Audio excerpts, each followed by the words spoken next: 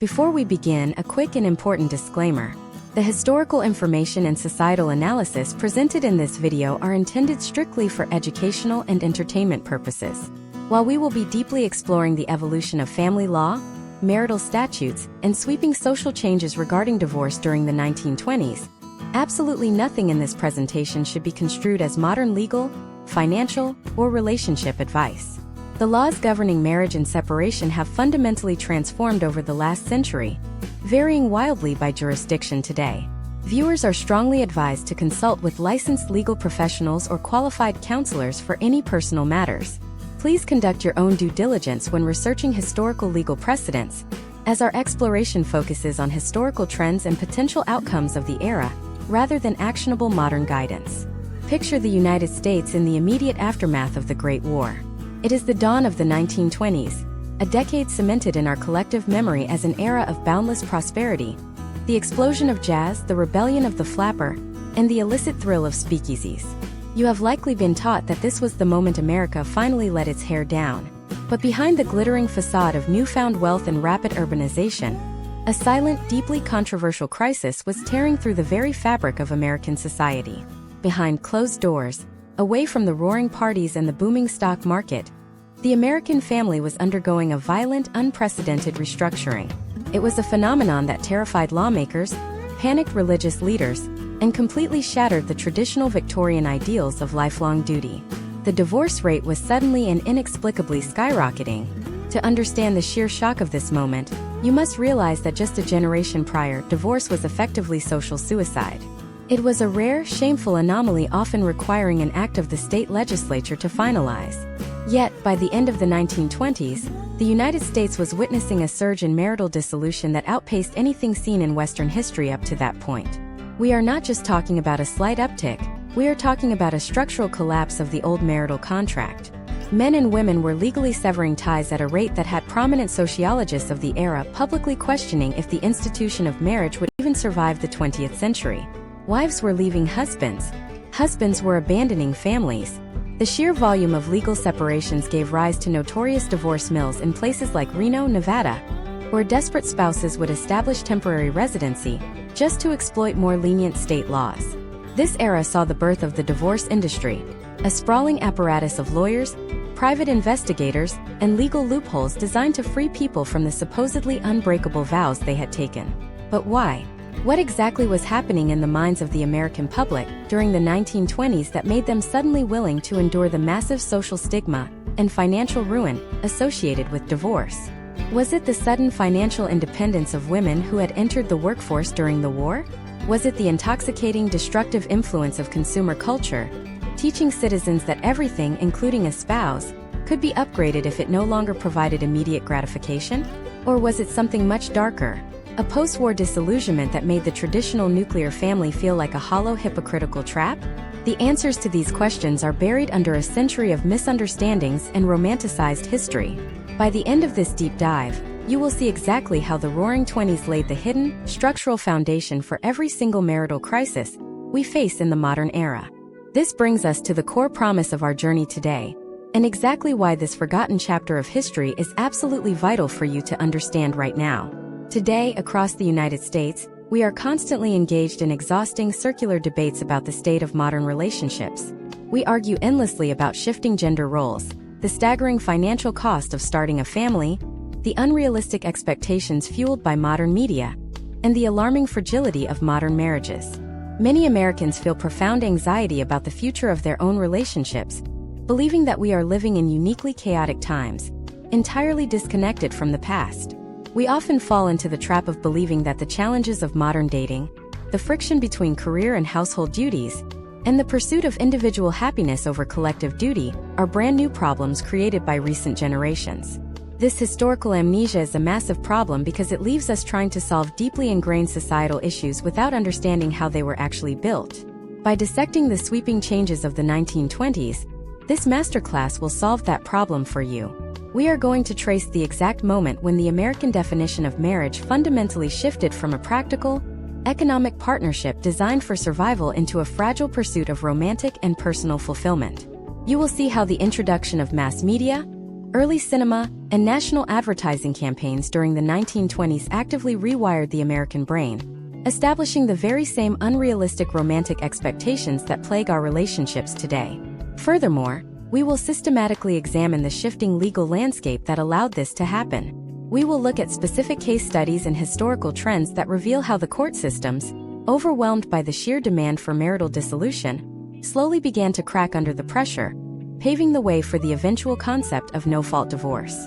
You will gain a crystal-clear understanding of how the economic boom of the 1920s, combined with rapid urbanization, isolated the nuclear family from the broader support networks of rural communities, placing an impossible burden on the husband and wife to be everything to one another.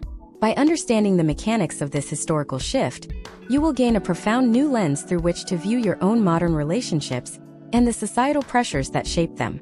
You will no longer view the modern American marriage as a failing institution, but rather as an evolving contract that has been struggling to adapt to the shockwaves of the 1920s for the last 100 years. We are going to break down the economics, the psychology, the legal battles, and the profound social consequences step by step. The blueprint for the modern American family was forged in the fires of the Jazz Age, and uncovering that history begins right now. Imagine it is the year 2026 and a typical American, let us call him David, is sitting in his apartment analyzing the immense financial strain of his recent breakup. He calculates his soaring rent, grocery bills, and utility costs, realizing that trying to survive in the modern economy alone is an absolute financial nightmare. David might look around at the current economic landscape and think this intense modern pressure to couple up purely for financial stability is a uniquely contemporary crisis. But to truly understand the marital tectonic shift of the 1920s, David must realize that for his recent ancestors, marriage was not just a helpful financial advantage or a tool to split the rent. It was absolute, unyielding biological and economic survival. Prior to the 1920s, the United States was predominantly an agrarian society. You did not marry primarily for love, self-actualization, or romantic butterflies. You married because running a farm, surviving the brutal winters, and producing enough food to stay alive required a rigidly defined, highly cooperative partnership. The farm was a serious business, and the husband and wife were co-directors of a desperate enterprise. If you pursued a divorce in 1890, you did not just lose your partner and suffer emotional distress. You lost your entire economic infrastructure. The social stigma of divorce was certainly a massive deterrent, but the sheer terrifying threat of starvation and absolute destitution was the actual glue holding the traditional American family together. Then came the single most disruptive demographic event in American history up to that point, completely rewriting the rules of human connection. The 1920 United States Census revealed a staggering, unprecedented statistic that sent shockwaves through sociological circles. For the very first time in the history of the nation, more Americans lived in urban centers than in rural areas. The great relentless migration from the farmlands to the concrete jungles of New York, Chicago, and Detroit was officially complete. This was not just a simple change of scenery or a pursuit of better entertainment. It was the complete and utter annihilation of the agrarian marriage model. Let us walk through the step-by-step mechanics of this massive disruption. When a married couple packed their belongings and moved from a generational family farm in rural Ohio to a cramped tenement building in Chicago, their entire economic dynamic inverted overnight. They were no longer producing their own food, harvesting their own crops, or manufacturing their own household goods. They transitioned rapidly from self-sustaining producers to entirely dependent consumers. The husband typically took a wage labor job in a sprawling manufacturing factory, bringing home a weekly envelope of cash instead of a harvest of crops. This single economic shift fundamentally altered the power dynamic within the household.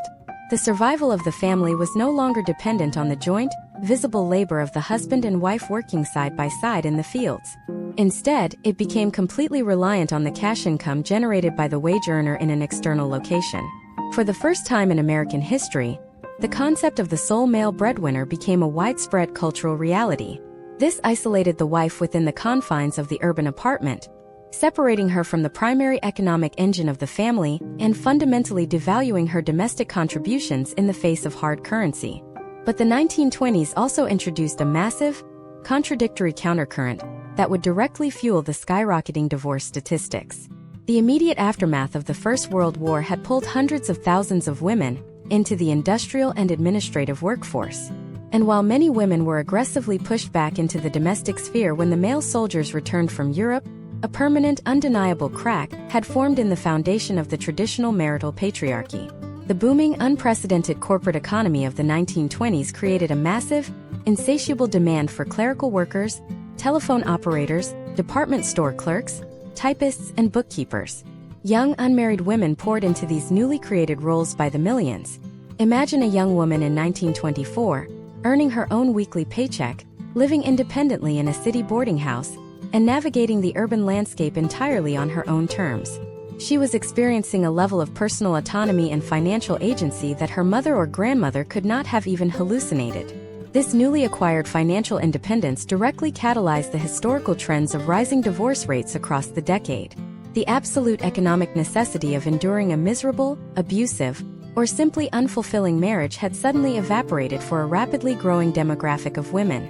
If a woman possessed the administrative or retail skills to earn her own wage in the city, she suddenly possessed the ultimate leverage in any relationship, which was the literal ability to walk away and survive on her own. Sociological case studies from the era show a direct, undeniable statistical correlation between the rise of female employment in specific urban centers and the sharp, localized spikes in marital dissolution. Women in the 1920s were not necessarily setting out to destroy the nuclear family unit. They were simply exercising a newly acquired economic escape hatch that had never existed before in human history. They were realizing that they no longer had to tolerate infidelity or cruelty simply to keep a roof over their heads. Simultaneously, the aggressively booming consumer culture of the 1920s was actively rewriting the psychological contract of marriage itself. National advertising campaigns, the explosion of glossy fashion magazines, and the absolute cultural dominance of early Hollywood cinema began projecting a completely fabricated, highly sanitized version of romantic love into the minds of the American public. The pragmatic, survival-based marriage of the previous century was suddenly being portrayed as deeply unromantic, old-fashioned, and obsolete. Americans were being trained step by step, through relentless media exposure, to view marriage through the modern lens of personal fulfillment and continuous emotional gratification. The 1920s consumer mindset slowly began to bleed into human relationships. If a consumer product did not satisfy you, the advertisements told you to simply throw it away and buy a newer, better model. If a spouse did not provide relentless happiness and romantic excitement, the cultural messaging subtly suggested that you were being cheated out of your rightful, glamorous life. This explosive combination of urban isolation, female financial autonomy, and impossibly high romantic expectations created an absolute pressure cooker within the American household. The traditional marital vows were buckling under the immense weight of these new societal demands. Husbands and wives were looking at each other across the dinner table, realizing the old agrarian rules no longer applied, yet they were completely unequipped to navigate this terrifying new landscape of personal freedom. But there was one massive, towering obstacle standing directly in their way. The societal desire for divorce was accelerating at a breakneck, unstoppable pace, but the actual laws of the United States were still firmly trapped in the moral panic of the Victorian era. In the 1920s, you could not simply fall out of love, mutually agree to separate, and quietly file some administrative paperwork. The legal system absolutely required someone to be entirely at fault, demanding rigorous proof of extreme physical cruelty, blatant adultery, or total abandonment. This strict legal framework forced desperate couples into orchestrating elaborate lies and fabricating highly theatrical evidence in open court just to escape their marriages. The extreme, deeply scandalous lengths that seemingly respectable American citizens would go to in order to trick the legal system were absolutely staggering. And out in the middle of the desert, one small, previously forgotten city was watching this legal crisis unfold and preparing to exploit it, transforming itself into the undisputed, highly lucrative divorce capital of the world, and creating a shadowy, scandalous industry that would change American law forever. To fully grasp the sheer absurdity and the brilliant legal maneuvering of the era, you must understand the geographical and legal loopholes that desperate Americans began to aggressively exploit. The concept was known as migratory divorce. In the United States, marriage and family law have always been dictated by individual state legislatures, rather than a sweeping federal mandate. If you were a resident of New York during the 1920s, the legal barrier to dissolving a marriage was almost insurmountable. The state recognized only one solitary ground for divorce, which was adultery. Furthermore, you could not simply claim adultery had occurred. You had to provide undeniable, deeply humiliating proof in a public courtroom, often requiring hired private investigators and staged photographs. For a respectable middle-class or wealthy family, this level of public scandal was absolute social destruction. However, the United States Constitution contains a deeply important provision known as the Full Faith and Credit Clause. In simple terms, this clause mandates that a legal judgment handed down in one state must generally be honored and recognized by the other 49 states. Nevada lawmakers, observing the massive backlog of unhappily married, wealthy individuals on the East Coast, recognized an unprecedented economic opportunity hiding within this constitutional framework. While other states were rigidly enforcing Victorian moral standards and tightening their family laws, Nevada aggressively moved in the exact opposite direction. They began marketing their state not just as a mining hub, but as a legal sanctuary. By 1927, Nevada passed highly controversial legislation, lowering the residency requirement to a mere 3 months. If you lived within the state borders for just 90 days, you were legally considered a citizen of Nevada, and were therefore entitled to file for divorce under their incredibly lenient, highly flexible laws. Let us ground this historical reality in a modern scenario to understand the sheer commitment this required.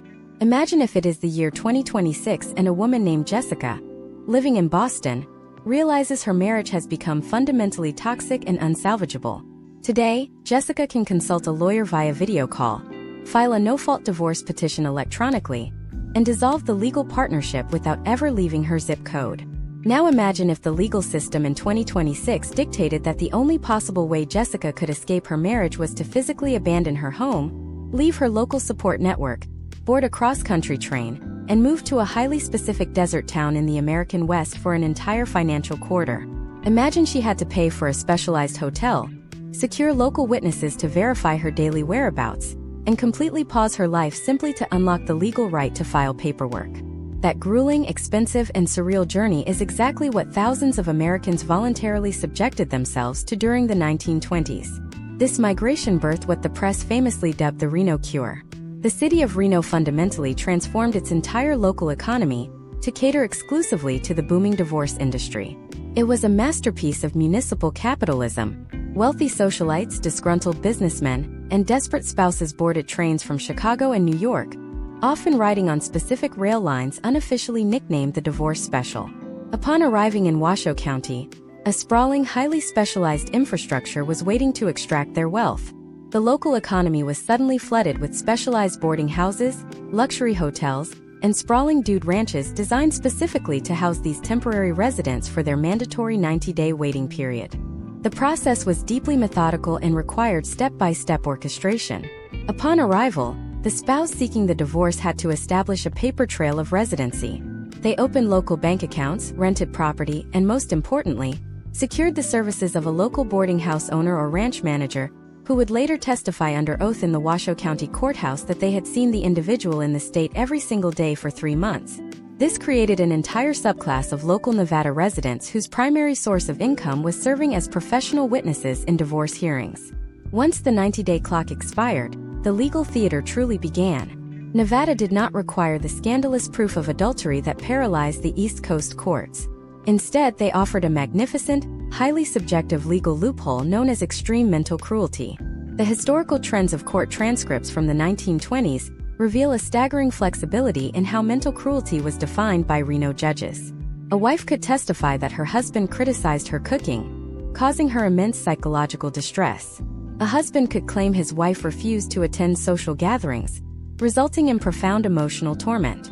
The judges, fully aware that the local economy depended entirely on the rapid processing of these decrees, rarely challenged these claims. The hearings often lasted less than 15 minutes. We can observe this through a representative historical case study of the era. Consider a wealthy industrialist from Philadelphia who mutually agreed with his wife that their marriage was over, but neither wanted the career-ending scandal of an adultery trial in Pennsylvania. They would engage in what was legally known as a collusive divorce. The wife would travel to Reno, stay at an upscale dude ranch, and enjoy 3 months of horseback riding and desert parties. The husband would remain in Philadelphia, financially funding the entire trip. Once the 3 months passed, she would stand before a Reno judge and claim extreme mental cruelty. Crucially, the husband would instruct his own legal counsel not to contest the charges.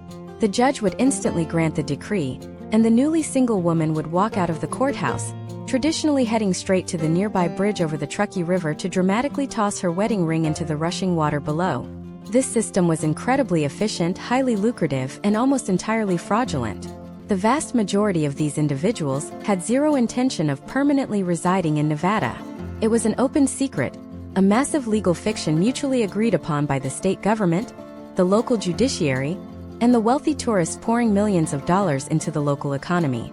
Reno became a glittering oasis of sudden freedom, where the strict moral codes of the early 20th century were suspended for 90 days at a time.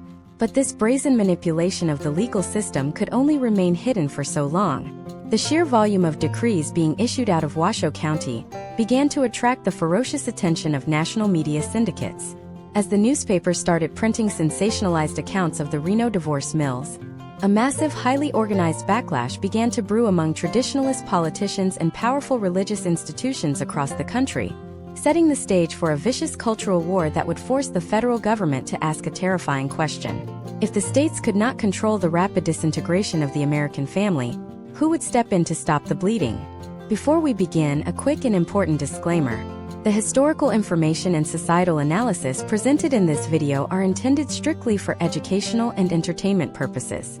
While we will be deeply exploring the evolution of family law, marital statutes, and sweeping social changes regarding divorce during the 1920s, absolutely nothing in this presentation should be construed as modern legal, financial, or relationship advice. The laws governing marriage and separation have fundamentally transformed over the last century, varying wildly by jurisdiction today. Viewers are strongly advised to consult with licensed legal professionals or qualified counselors for any personal matters. Please conduct your own due diligence when researching historical legal precedents, as our exploration focuses on historical trends and potential outcomes of the era, rather than actionable modern guidance. The answer to that terrifying question came in the form of a massive, highly coordinated national crusade, aimed directly at the heart of the American legal system. As the sensational headlines from Nevada flooded the front pages of newspapers from Boston to Atlanta, a profound moral panic gripped the conservative establishment. Religious leaders, traditionalist politicians, and powerful women organizations did not view the skyrocketing divorce rate as a natural evolution of society. They viewed it as an active, malicious infection threatening to destroy the republic from the inside out. They realized that as long as individual states like Nevada, or later Idaho and Arkansas, could manipulate the full faith and credit clause to create legal loopholes, the traditional American family was completely defenseless. The battleground had to shift. If state legislatures were too easily corrupted by the lucrative divorce industry, the reformers believed the only absolute solution was to forcefully seize control of family law at the highest possible level. They set their sights on Washington, demanding nothing less than a constitutional amendment to federalize marriage and divorce. Imagine it is the year 2026, and a citizen named Michael is watching the nightly news. Imagine if Congress announced an aggressive, immediate plan to strip all 50 states of their right to govern family law, replacing the distinct legal codes of California, Texas, and New York with one rigid, unavoidable federal mandate dictating exactly how and when any American citizen could marry or separate. The political explosion today would be deafening. Yet, this is precisely the monumental legal war that was waged during the 1920s. Leading this charge was Senator Arthur Capper of Kansas, who repeatedly introduced the Uniform Marriage and Divorce Bill to the United States Senate. The proposed legislation was draconian by modern standards. It sought to entirely eradicate the migratory divorce loopholes of Reno. It proposed standardizing the grounds for divorce nationwide, severely limiting them to extreme cases like verified adultery or profound physical abuse, while imposing strict, unavoidable waiting periods that no state could bypass. To understand the immense gravity of Senator Capper and his crusade, we have to look at the historical trends of federal power during this era. The 1920s had already witnessed the staggering reach of the federal government through the enactment of Prohibition, which fundamentally outlawed the manufacture and sale of alcohol across the entire country. The anti-divorce advocates of the era looked at the 18th Amendment and saw a perfect blueprint. If the federal government could successfully ban a tangible substance like alcohol to protect the moral fabric of society, they argued it could absolutely ban the systemic dissolution of the family unit. The debates on the Senate floor were vicious and deeply philosophical.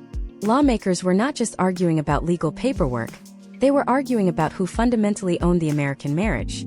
Did the marriage contract belong to the two individuals involved, granting them the right to terminate it if they were miserable? Or did the marriage contract belong to the state and the community, meaning individual happiness was completely irrelevant compared to the stability of the nation? While the politicians debated constitutional law, a completely different battle was erupting within the newly legitimized field of sociology.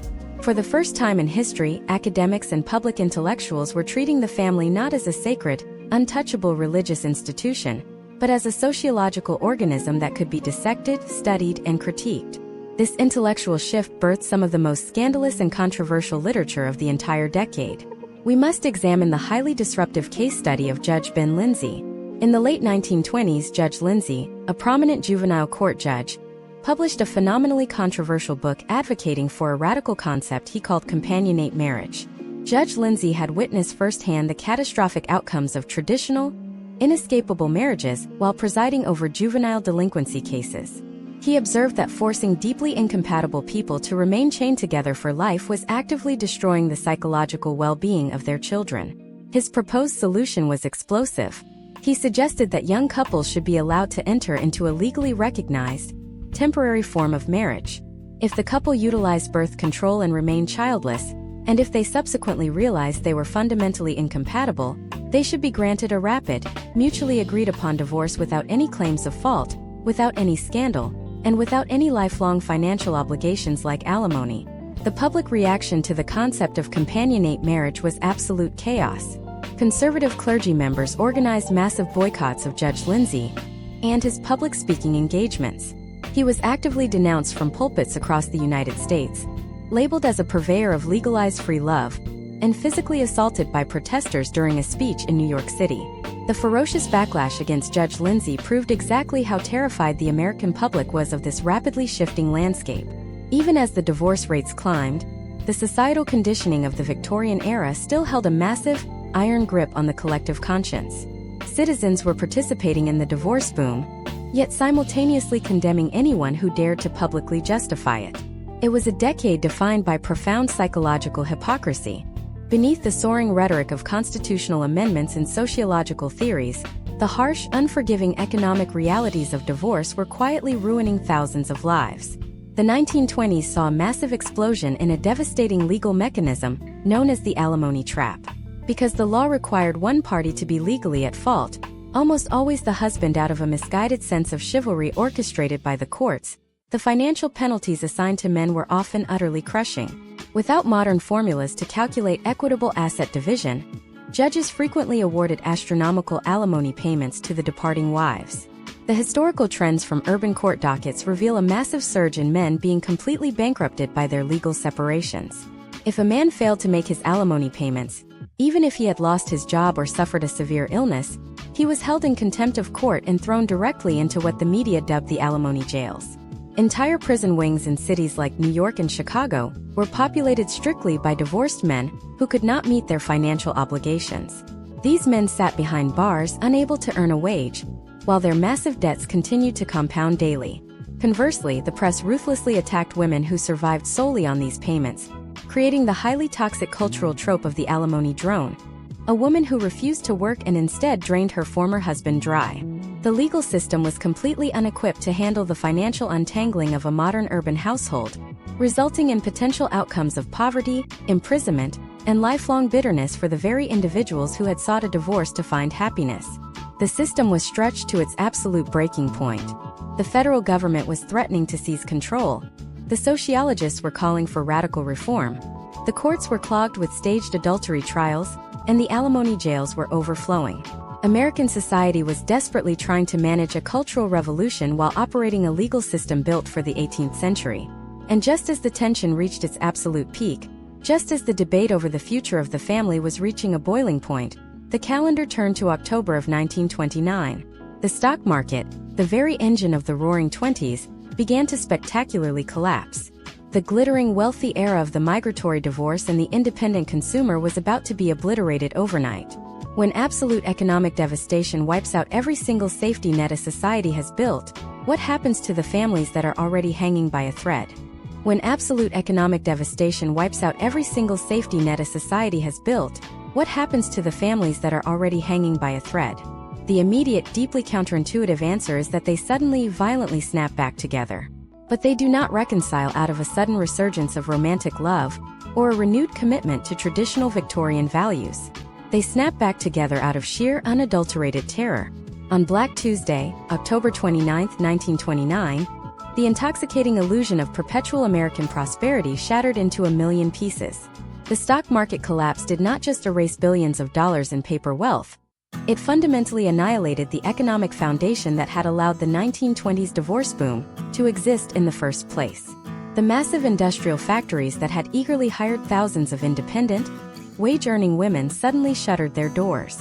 The sprawling administrative offices downsized overnight. The aggressive consumer economy that preached individual fulfillment and the immediate replacement of defective goods, including defective spouses, was violently replaced by a nationwide scramble for basic caloric survival. To comprehend the absolute psychological paralysis this caused, imagine it is the year 2026. A woman named Sarah has spent the last year secretly planning an exit strategy from a deeply unhappy, suffocating marriage. She has quietly saved a portion of her paycheck, researched apartment rentals, and consulted a lawyer to understand her legal options. Now, imagine if tomorrow morning the global economy completely collapses. Sarah's employer goes bankrupt and terminates her position. Her hidden savings vanish in a wave of catastrophic bank failures. The housing market freezes completely, and the cost of basic groceries triples. Sarah's escape route evaporates instantly. She is utterly trapped. She must now look across the breakfast table at the partner she actively despises and realize that her physical survival is entirely dependent on combining their rapidly dwindling, nearly non-existent resources. This deeply traumatizing scenario is exactly what happened to millions of Americans at the close of the 1920s. The historical trends from the early 1930s present a fascinating, deeply misleading statistical anomaly that has confused historians for decades. If you merely glance at the raw census data, the national divorce rate actually plummets immediately following the crash. Conservative social commentators of the era initially celebrated this sharp decline, falsely claiming that the profound hardship of the Great Depression was successfully curing the moral decay of the Roaring Twenties and miraculously restoring the sanctity of the traditional American home. This was a catastrophic, highly dangerous misreading of reality. Marriages were not suddenly being repaired by poverty. Legal divorce had simply become an unaffordable luxury. The staggering attorney fees, the specialized private investigators required to prove adultery or extreme cruelty in court, the immense cost of establishing two separate households, and the paralyzing burden of court-ordered alimony were suddenly entirely impossible for the average American to finance. The glittering, highly lucrative divorce mills of Reno, Nevada, faced an immediate, existential crisis. The luxurious divorce special trains from New York and Chicago were suddenly running completely empty. The sprawling, expensive dude ranches that had specifically catered to wealthy socialites waiting out their 90-day residency requirements became desolate ghost towns. The entire localized economy that had been built on the fast-paced dissolution of the American family collapsed just as rapidly as the stock market. But the desperate desire to escape miserable, abusive, or hollow marriages had not magically disappeared. It had merely been driven completely underground, mutating into far more destructive, unregulated forms of separation. Without access to the formal legal system, desperate individuals resorted to what sociologists of the era grimly termed the poor man's divorce, which was outright, untraceable physical desertion. Husbands who had lost their steady jobs were entirely stripped of their primary societal identity as the sole male breadwinner. Utterly humiliated by their inability to provide the basic necessities of life, hundreds of thousands of men simply walked out the front door and never returned. They vanished into the massive, transient population of men riding the freight trains across the country, desperately searching for seasonal agricultural work. This massive wave of abandonment left countless women in a terrifying state of legal and economic limbo.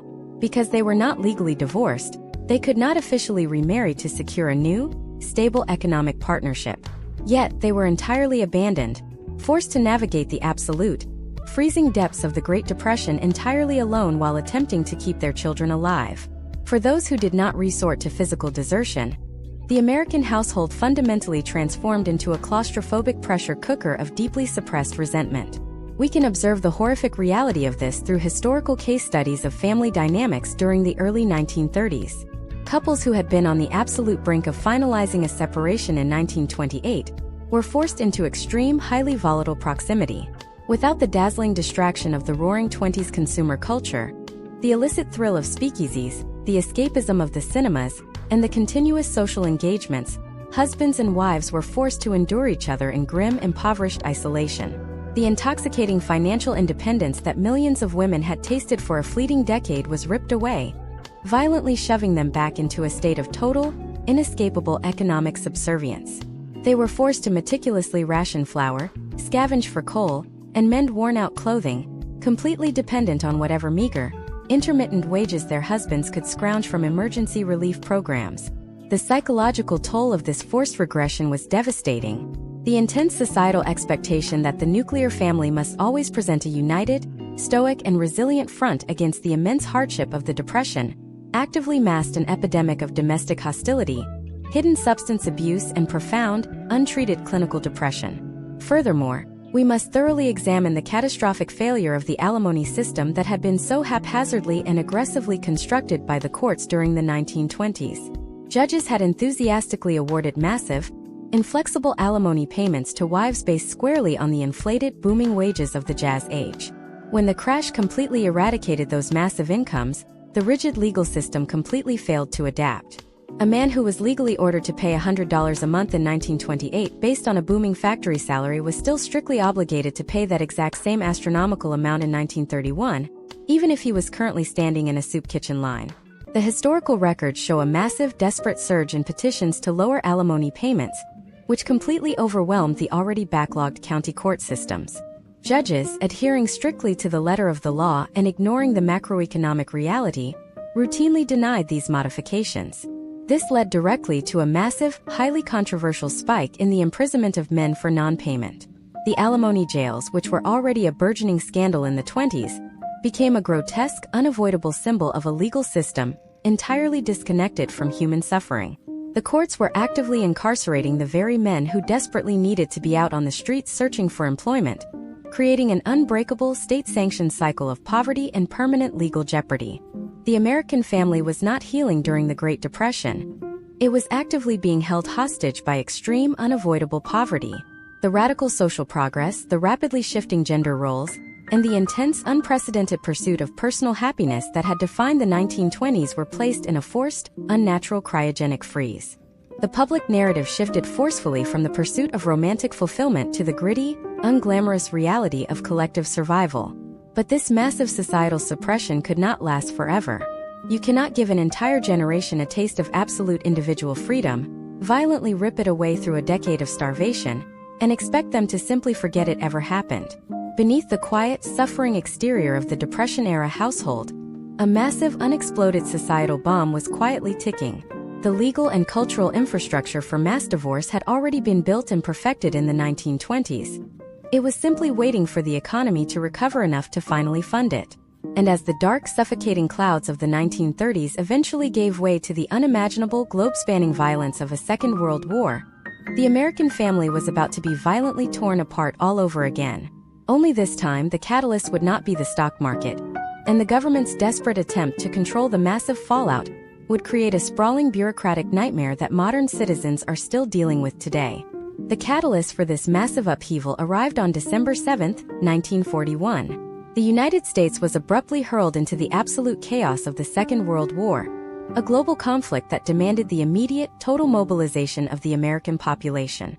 While history books rightfully focus on the massive industrial pivot and the immense military strategies of the era, the sudden deployment of millions of young American men created an immediate, profound psychological shockwave that fundamentally destabilized the institution of marriage. Faced with the terrifying reality of overseas combat, the looming threat of sudden death, and the desperate human desire to leave a legacy, the American public engaged in a frantic, unprecedented rush to the altar. The historical trends from 1941 and 1942 show a massive, skyrocketing surge in hasty, panic-driven unions.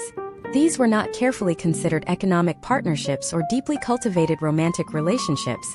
They were reactionary bonds forged in the shadow of absolute existential dread. Imagine if it is the year 2026, and a young American named Christopher is abruptly informed by the federal government that he is being deployed to a highly dangerous, active combat zone within a matter of weeks, with a significant mathematical probability that he will not survive. The immense, crushing terror of facing his own mortality would drastically alter his decision-making process.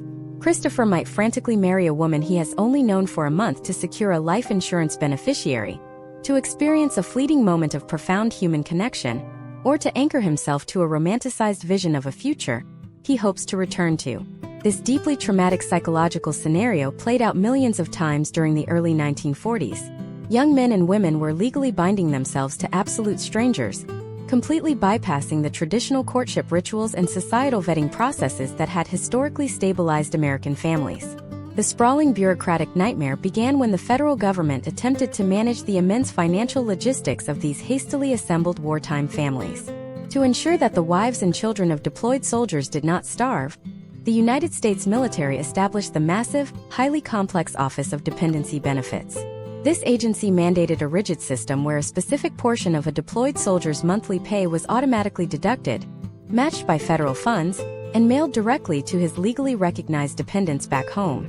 While intended as a vital and necessary social safety net, this massive influx of unsupervised federal cash created a deeply chaotic landscape of potential outcomes. It inadvertently birthed a localized, highly scandalous phenomenon focused on individuals who strategically married multiple departing soldiers under various aliases, simply to collect a steady stream of government allotment checks.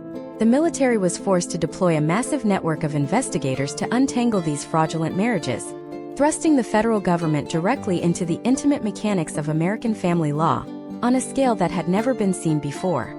However, the most profound and irreversible structural damage to the traditional marriage contract was unfolding quietly on the domestic front. With millions of working-age men fighting in Europe and the Pacific, the massive American industrial machine required an immediate, staggering influx of labor to manufacture munitions, build bombers, and maintain the domestic economy. Women, who had been fiercely pushed back into domestic subservience during the crushing poverty of the 1930s Great Depression, were suddenly aggressively recruited by relentless government propaganda campaigns. They left their kitchens and poured into the factories, the shipyards, and the corporate offices. The fleeting, controversial financial independence that a small demographic of urban women had tasted during the Roaring 1920s had suddenly returned, but this time it was amplified with a ferocious, nationwide intensity. We can deeply observe this profound psychological shift through specific case studies of defense industry workers during this transformative era.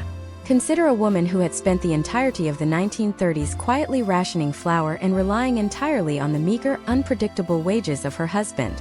Suddenly, she is working in a massive steel mill, earning a highly lucrative, union-protected wage. She is managing her own independent bank accounts, making unilateral financial decisions for the household, rationing her own gasoline, and functioning entirely without the daily presence, guidance, or permission of a male authority figure. She is no longer a silent dependent. She has become the absolute, undisputed head of the household. This massive, unprecedented transfer of economic power and domestic authority completely rewired the social dynamics and the psychological expectations of the American family. Women were proving to themselves and to the society at large that they were entirely capable of surviving and thriving outside the rigid confines of traditional marital subservience. Then came the catastrophic, unavoidable collision with reality in the latter half of 1945. The global conflict finally ended, and millions of deeply exhausted, heavily traumatized men returned to the United States. These men had survived unimaginable psychological horrors by holding desperately onto a highly idealized, frozen vision of the docile, traditional homes and subservient wives they had left behind years earlier. But the women waiting for them on the train platforms had fundamentally evolved. The returning husbands expected to seamlessly resume their pre-war positions as the unquestioned, sole authority figures within the home.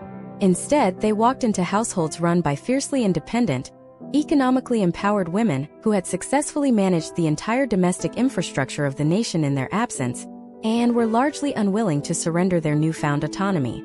The resulting friction within these households was absolutely explosive. Couples who had intimately known each other for a mere matter of weeks before the deployment were now forced to live together as complete and total strangers.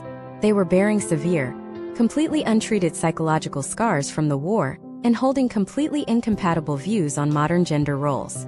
The massive societal pressure cooker that had been quietly building since the consumer revolution of the 1920s, forcibly suppressed by the extreme poverty of the Depression and rapidly accelerated by the autonomy of the war years, finally detonated. Historical trends unequivocally indicate that in 1946, the United States divorce rate absolutely skyrocketed to an unprecedented historical peak, creating a staggering statistical anomaly of marital dissolution that would not be surpassed for several decades. The localized state court systems across the country were completely and utterly paralyzed. Hundreds of thousands of desperate couples were aggressively attempting to untangle these fundamentally broken wartime marriages, but they were slamming headfirst into the exact same rigid Victorian-era legal walls that had existed during the 1920s. The judicial system still strictly demanded public, deeply humiliating proof of extreme physical cruelty or scandalous adultery before granting a legal separation. But this time, it was no longer just a handful of wealthy, privileged socialites boarding private trains to secure migratory divorces in Reno, Nevada. It was a massive, deeply frustrated working-class population of returning military veterans and former factory workers, violently demanding legal relief from their marital misery. The sheer, overwhelming volume of these contentious cases forced the traditional legal establishment to a horrifying realization. The archaic, fault-based laws of the 19th century were completely mathematically impossible to enforce upon a modern, rapidly evolving society. The massive, creaking infrastructure of the American legal system was actively collapsing under the crushing weight of this post-war marital disaster. Overwhelmed judges were rubber-stamping decrees, the federal government was silently panicking over the sudden, violent disintegration of the nuclear family, and millions of ordinary citizens were trapped in a miserable legal purgatory, forced to perjure themselves in open court just to escape their spouses. The entire country desperately needed a massive, radical legal innovation to process this unprecedented volume of human misery efficiently. And in the quiet, heavily lobbied corridors of state legislatures, a revolutionary new legal framework was secretly being drafted. It was a theoretical concept that promised to completely strip subjective morality from the courtroom, permanently redefine the legal definition of the marital contract, and accidentally unleash the most chaotic, financially destructive era of family law in human history. This revolutionary legal framework was the absolute genesis of what we casually refer to today as no-fault divorce, and its complex, highly controversial origins are almost entirely misunderstood by the modern American public. To truly comprehend the magnitude of this shift, you have to fundamentally understand how the state viewed the institution of marriage prior to this intellectual rebellion. Historically, a marriage was never just a private, bilateral agreement between two people in love. It was legally structured as an ironclad, three-party contract consisting of the husband, the wife, and the state government. The state had a massive vested interest in maintaining the stability of the family unit to ensure social order, economic productivity, and the rearing of future citizens. Therefore, the state dictated that this three-way contract could only be broken if one of the private parties committed a profound, legally verifiable offense against the other. Someone had to be the absolute villain, and someone had to be the innocent victim. This rigid requirement of fault was the exact mechanism that drove the wealthy to the Reno divorce mills in the 1920s, but as we transitioned into the post-war era of the late 1940s, the working class could no longer afford train tickets to Nevada. They were trapped in local jurisdictions that demanded a villain, because the vast majority of these failing post-war marriages were simply the result of incompatibility, changing gender roles, and hasty wartime decisions rather than malicious crimes. Desperate couples were forced to manufacture the villainy themselves. The historical trends from urban family courts during this period reveal a massive, highly coordinated epidemic of legal perjury, known as collusive adultery. This was an incredibly dark, highly theatrical mockery of the American justice system. Let us break down the exact step-by-step logistics of how an ordinary law-abiding citizen had to navigate this archaic system. A husband and wife mutually agree that their marriage is unsalvageable.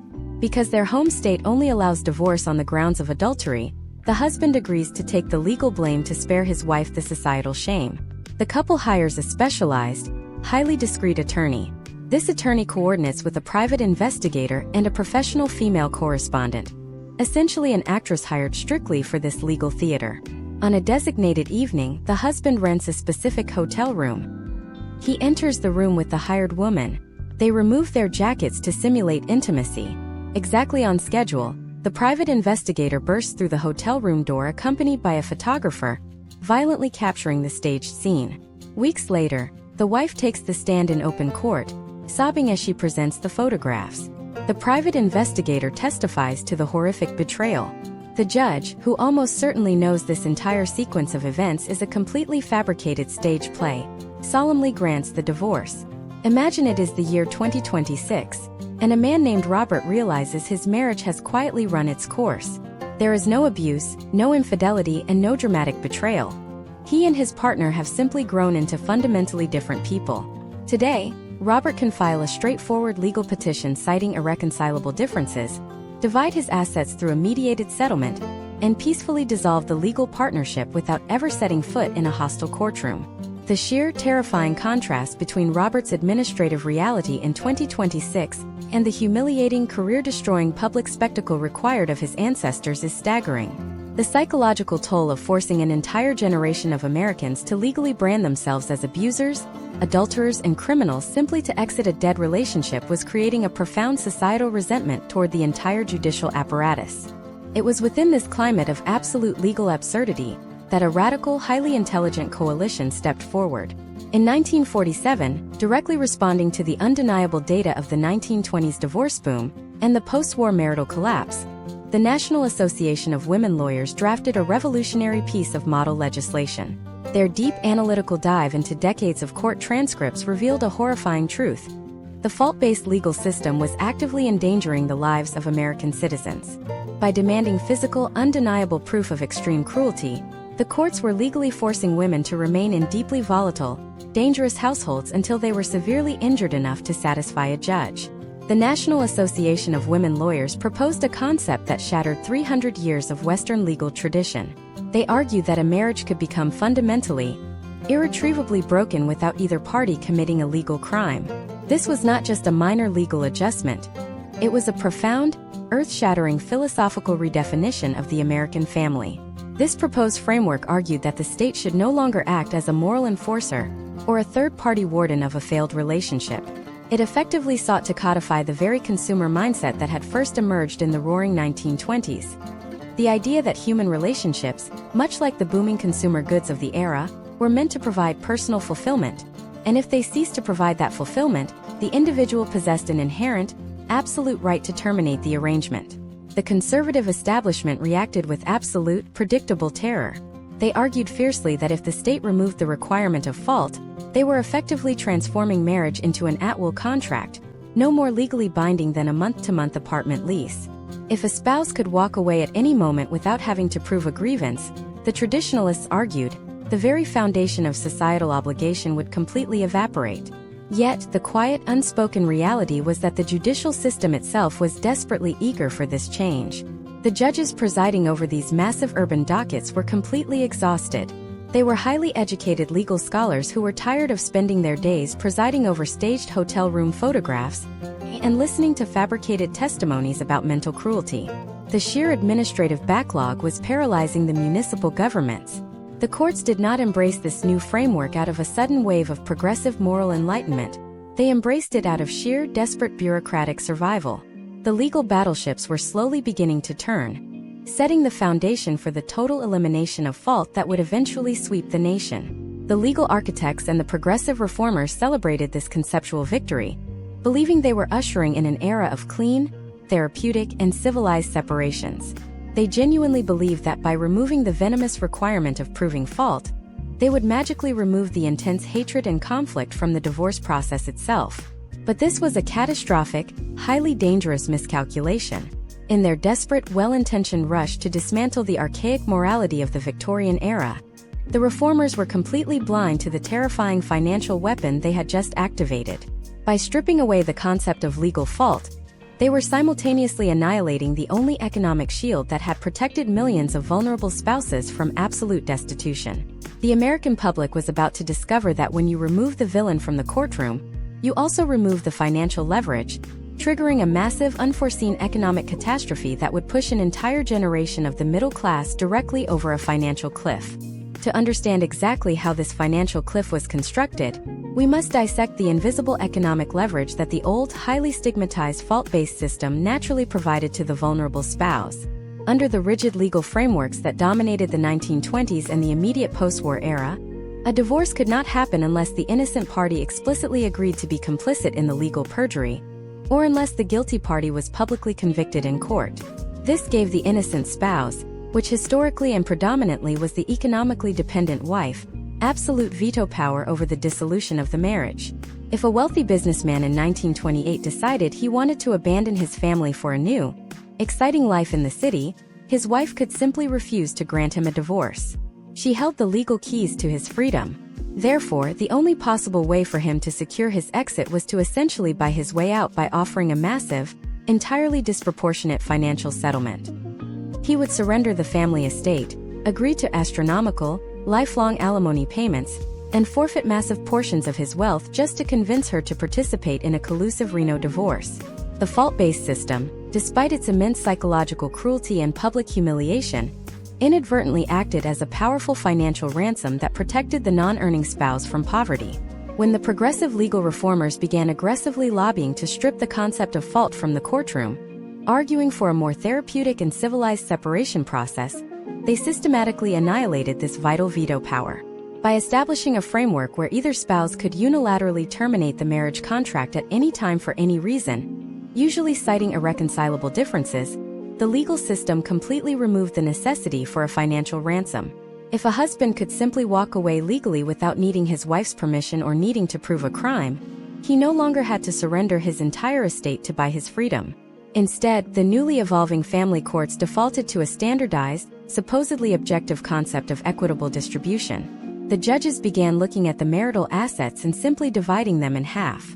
On paper, to a detached legal scholar, a clean 50-50 split of assets sounds incredibly fair and morally progressive.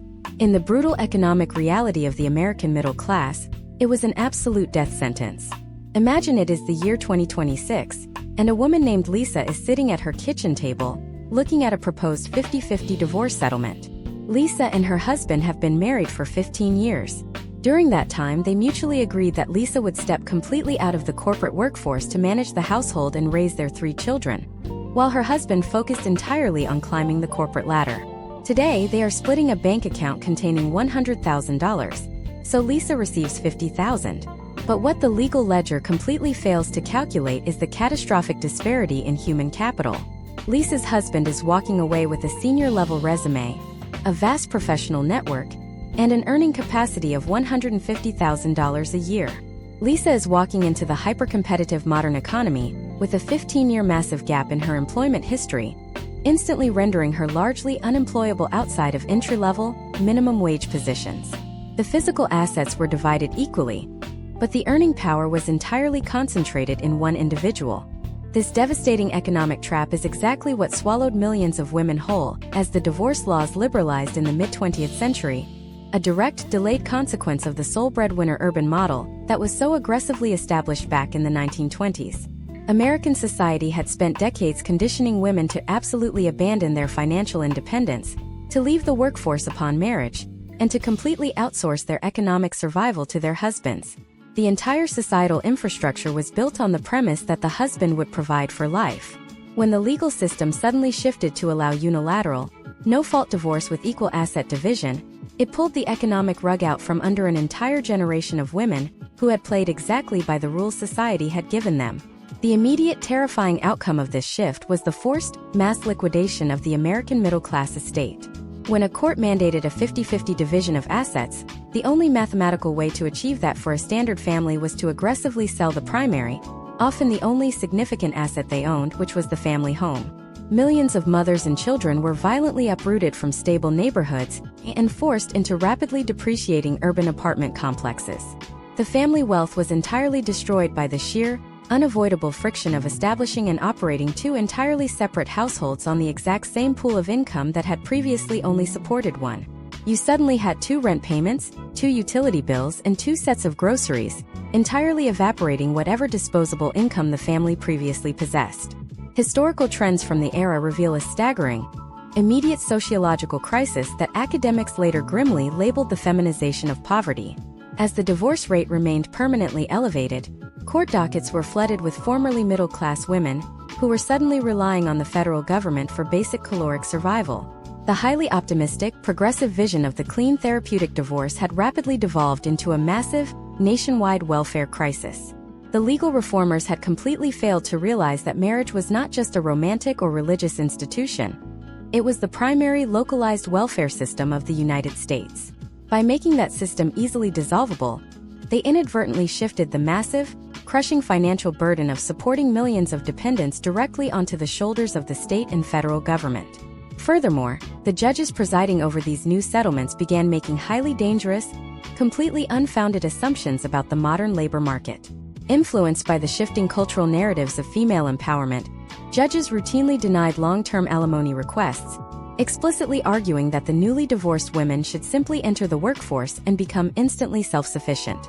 This demonstrated a total shocking blindness to the reality of workplace discrimination, the severe lack of accessible childcare, and the massive wage gap that defined the era. A 50-year-old woman who had spent 30 years raising a family was legally commanded to simply secure a highly lucrative career overnight, a task that was statistically impossible.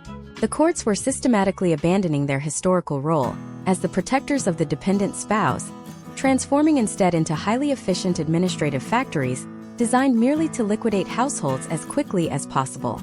As the financial devastation spread across the nation, and as federal welfare budgets began to absolutely hemorrhage capital to support this massive new underclass of impoverished, legally abandoned families, the government realized it was facing an existential economic threat. They could not reverse the cultural desire for divorce, and they could not force citizens back into toxic marriages. But they absolutely had to find a way to stop the state from bearing the total financial cost of these broken families. To solve this monumental crisis, the government had to engineer a completely unprecedented, highly invasive legal mechanism. They had to create a relentless, unforgiving financial apparatus that would hunt down the primary earners and forcibly extract their wealth for decades to come, birthing a sprawling, deeply controversial bureaucratic empire that completely transformed the relationship between the American citizen and the state. This sprawling, deeply controversial bureaucratic empire completely transformed the relationship between the American citizen and the state. To fully comprehend the sheer magnitude of this historical pivot, we must look at how the government's fundamental motivation radically changed. During the early 1920s, the state aggressively intervened in marriage to regulate morality. Lawmakers and judges genuinely believed their primary duty was to preserve the sanctity of the nuclear family, to prevent the spiritual and cultural decay of the nation. But as the immense financial fallout of no-fault divorce began to bankrupt federal and state welfare budgets, the government experienced a massive philosophical shift. They completely abandoned the futile attempt to regulate sexual and romantic morality, and they pivoted with terrifying efficiency to regulating money. The state no longer cared who you slept with, why you fell out of love, or how many times you chose to dissolve your marital contract, provided you completely subsidized the financial wreckage you left behind. The government transitioned from being a moral warden into a relentless, highly mechanized national debt collector. Imagine it is the year 2026, and an American named Daniel has just finalized his divorce. Daniel does not have to hire a private investigator, stage a fake hotel room encounter, or travel to Nevada. His separation is legally seamless. But the moment the judge signs the decree, an invisible, highly automated federal machinery activates. Within days, Daniel's employer receives a legally binding national medical support notice and an income withholding order. Before Daniel even sees his bi-weekly paycheck, the state automatically extracts a massive percentage of his gross income to cover child support, alimony, and medical premiums. If Daniel decides to quit his job and flee across state lines to avoid this massive financial burden, he will rapidly discover a harsh reality. The state can instantly suspend his driver's license, revoke his professional certifications, intercept his federal tax returns, freeze his bank accounts, and completely invalidate his United States passport, trapping him within the borders of the country. To understand how we arrived at this level of absolute, unyielding state control over individual wealth, we must draw a direct historical line back to the loopholes of the 1920s. You will recall that during the Jazz Age, wealthy men could easily escape their financial obligations by simply exploiting the geographical limitations of state law.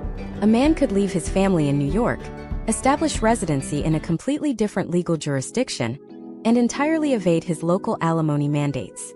The federal government, deeply traumatized by the massive welfare expenditures of the late 20th century, realized that the only way to stop this financial hemorrhaging was to completely obliterate the state borders that the 1920s migratory divorce industry had relied upon. They accomplished this by engineering one of the most powerful interconnected data networks in human history.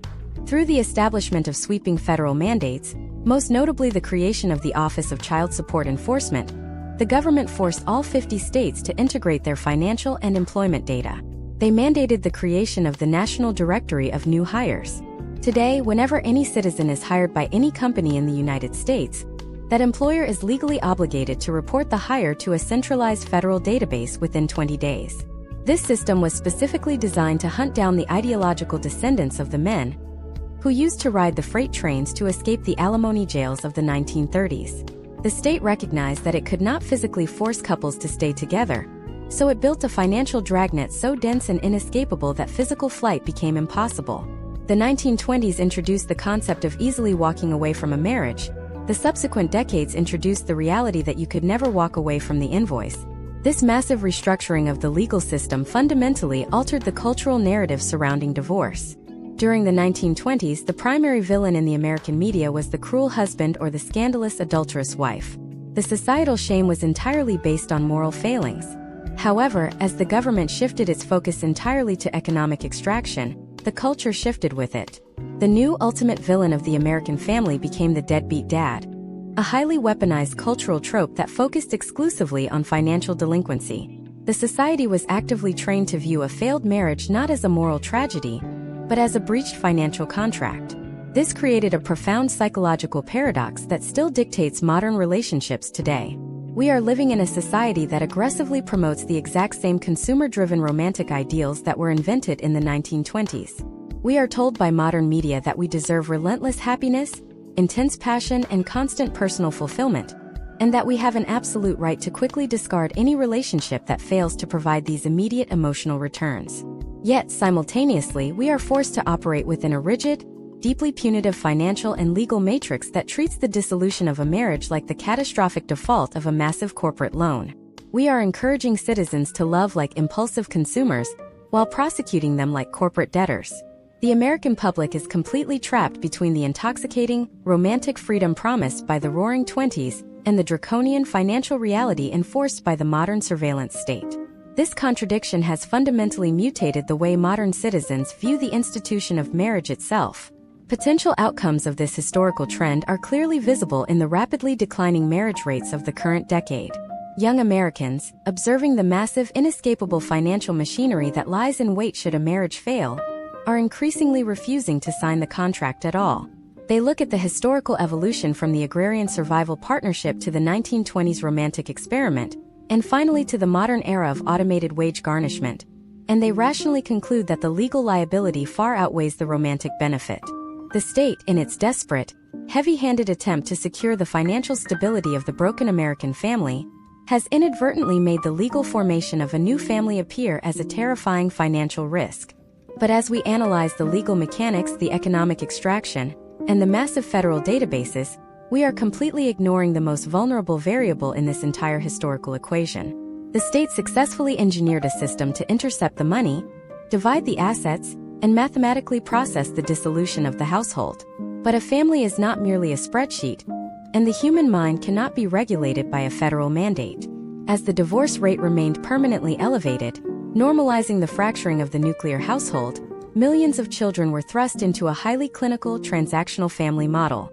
The courts had figured out how to force parents to pay, but what happens when you raise an entire generation of human beings within a system that inherently treats the family as a temporary, easily dissolvable arrangement? What catastrophic, multi-generational psychological damage was silently being inflicted while the lawyers and politicians were entirely focused on the money? The catastrophic, multi-generational psychological damage that was silently being inflicted, while the lawyers and politicians were entirely focused on the money, is perhaps the most misunderstood tragedy of the 20th century. To truly comprehend the massive scale of this psychological trauma, you must understand how a child fundamentally conceptualizes the world and their place within it. Prior to the explosive cultural shifts of the 1920s, a child typically only lost a parent to severe illness or sudden mortality. The resulting grief was an absolute, world-shattering tragedy, but it was a naturally occurring, deeply communal event.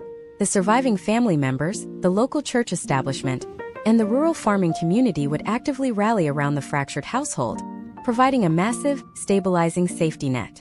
The child intuitively understood that the absent parent did not willfully choose to abandon the home. However, the migratory divorce boom of the 1920s, and the subsequent eras of aggressively liberalized separation introduced a terrifying, entirely unnatural concept into the developing mind of the American child.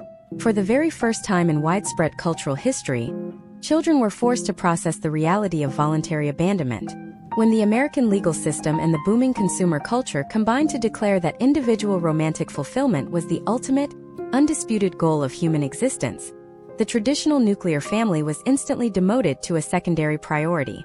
We can observe the profound psychological fallout of this massive societal pivot by tracking the historical trends of child psychology, a field of study that rapidly expanded in direct parallel to the rising divorce rates. Sociologists and legal scholars in the immediate aftermath of the Roaring Twenties began documenting an unprecedented, alarming spike in juvenile delinquency, severe behavioral disorders, and profound untreated childhood anxiety in urban centers. These were not random statistical anomalies. They were the direct, potential outcomes of a society that was actively dismantling the absolute bedrock of childhood stability. Furthermore, the 1920s saw the legal system fundamentally shift its approach to family custody. Moving away from the ancient common law doctrine where a child was legally considered the absolute physical property of the father, the courts rapidly adopted the highly subjective best interest of the child standard. While this concept sounds purely progressive on paper, in the gritty reality of the courtroom, it gave a single municipal judge absolute, unchecked dictatorial power to sever the bond between a parent and a child based entirely on that judge's personal, often deeply biased interpretation of middle-class morality. This sudden legal precedent transformed children into highly contested, heavily weaponized assets during the divorce proceedings. Parents were now legally incentivized to completely destroy each other's personal characters in open court, launching vicious accusations of moral failure, just to maintain basic access to their own offspring. When a child is forced to watch their parents intentionally dissolve their home and legally brutalize one another simply because they are no longer romantically thrilled by the arrangement, that child internalizes a devastating lifelong lesson. They are fundamentally taught that human bonds are inherently fragile, highly conditional, and entirely disposable the moment they become inconvenient. Imagine it is the year 2026, and a young professional named Emily is attempting to navigate the highly complex modern dating market. She is fiercely independent, highly educated, and financially secure, but she is completely paralyzed by a profound, unexplainable terror of long-term commitment. Emily might mistakenly believe that her intense relationship anxiety is simply a personal character flaw, a unique psychological block, or a modern byproduct of swiping on dating applications. But the cold historical reality is that Emily is carrying the inherited, unhealed psychological burden of a massive sociological experiment that began a full century before she was even born. She is the direct downstream product of the 1920s consumer mindset. Her great-grandparents were the generation that first learned to legally discard their spouses in the glittering desert of Reno, Nevada. Her grandparents were the generation that weaponized the newly minted no-fault divorce laws to liquidate the middle-class family estate. Her parents were the generation that raised her within a hyperclinical, automated system of weekend visitation schedules and court-mandated, mathematically calculated child support payments. Emily is absolutely terrified of marriage because she has been meticulously conditioned by generations of historical data to view it as a highly volatile, completely unsafe, and deeply punitive arrangement. This is the ultimate, undeniable legacy of the 1920s. We have spent this entire masterclass systematically deconstructing the era, aggressively stripping away the glamorous manufactured illusions of flappers, jazz music, and underground speakeasies to expose the brutal economic and legal mechanics operating directly beneath the surface. We have traced the massive, unprecedented migration of Americans from self-sustaining rural farms to highly isolating urban manufacturing centers, showing exactly how this shift fundamentally destroyed the absolute economic necessity of the traditional marriage. We have examined how the sudden, intoxicating financial independence of women entering the 1920s corporate workforce provided the very first historical escape hatch from abusive or unfulfilling partnerships. We have deeply analyzed the ruthless, highly lucrative divorce mills of Washoe County, Nevada, where wealthy citizens openly mocked the Victorian legal system and forced the entire country into a vicious, unforgiving cultural war over the legal definition of the American family. We have thoroughly mapped the terrifying, escalating trajectory of the federal government's response to this crisis. We watched the state transform from a moral warden desperately trying to enforce the sanctity of marriage through strict fault-based laws, into a relentless, highly mechanized national debt collector. We explored the devastating, totally unintended consequences of removing legal fault from the courtroom, a progressive move that instantly wiped out the protective financial veto power of the dependent spouse and accidentally engineered the massive crisis of the feminization of poverty. We tracked exactly how this massive economic failure forced the government to build an inescapable, nationwide surveillance infrastructure of automatic wage garnishment and centralized employment databases, permanently trapping modern citizens between the intoxicating romantic ideals of the 1920s and the draconian financial realities of the modern welfare state. The profound cognitive dissonance that plagues modern relationships today was entirely manufactured during the Jazz Age. We are a society actively demanding that our partners provide the thrilling, relentless, highly cinematic passion projected by massive Hollywood advertising budgets, while simultaneously forcing those same partners to operate within a rigid legal framework that treats human relationship failure as a punishable financial crime. We are a culture that has entirely lost the pragmatic, cooperative survival skills of our agrarian ancestors, yet we still desperately crave the absolute, unwavering security that their harsh, unforgiving environment demanded. The skyrocketing divorce rates of the Roaring Twenties were never a temporary statistical blip. They were the violent, undeniable birth pangs of the modern relational condition. The American public of the 1920s consciously chose to prioritize individual, immediate romantic freedom over long-term collective obligation, and we have spent the last 100 years desperately trying to manage the catastrophic, highly expensive fallout of that singular monumental decision. You now possess a comprehensive, highly analytical understanding of exactly how the modern marital landscape was constructed. You are no longer blind to the deep historical trends, the invisible economic leverage, and the strategic legal manipulations that actively shape the potential outcomes of every single relationship in the United States today.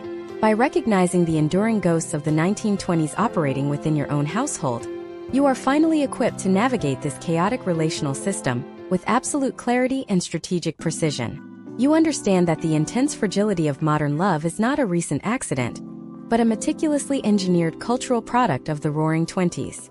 But if you think the sociological conditioning of the 1920s consumer culture was an aggressive, dangerous manipulation of the human mind, you are entirely unprepared for what the massive, highly unregulated technology sectors quietly engineered at the absolute dawn of the digital era. The 1920s successfully rewrote the legal contract of love, but what happened when Silicon Valley executives decided to completely rewrite the biological algorithm of human attraction itself?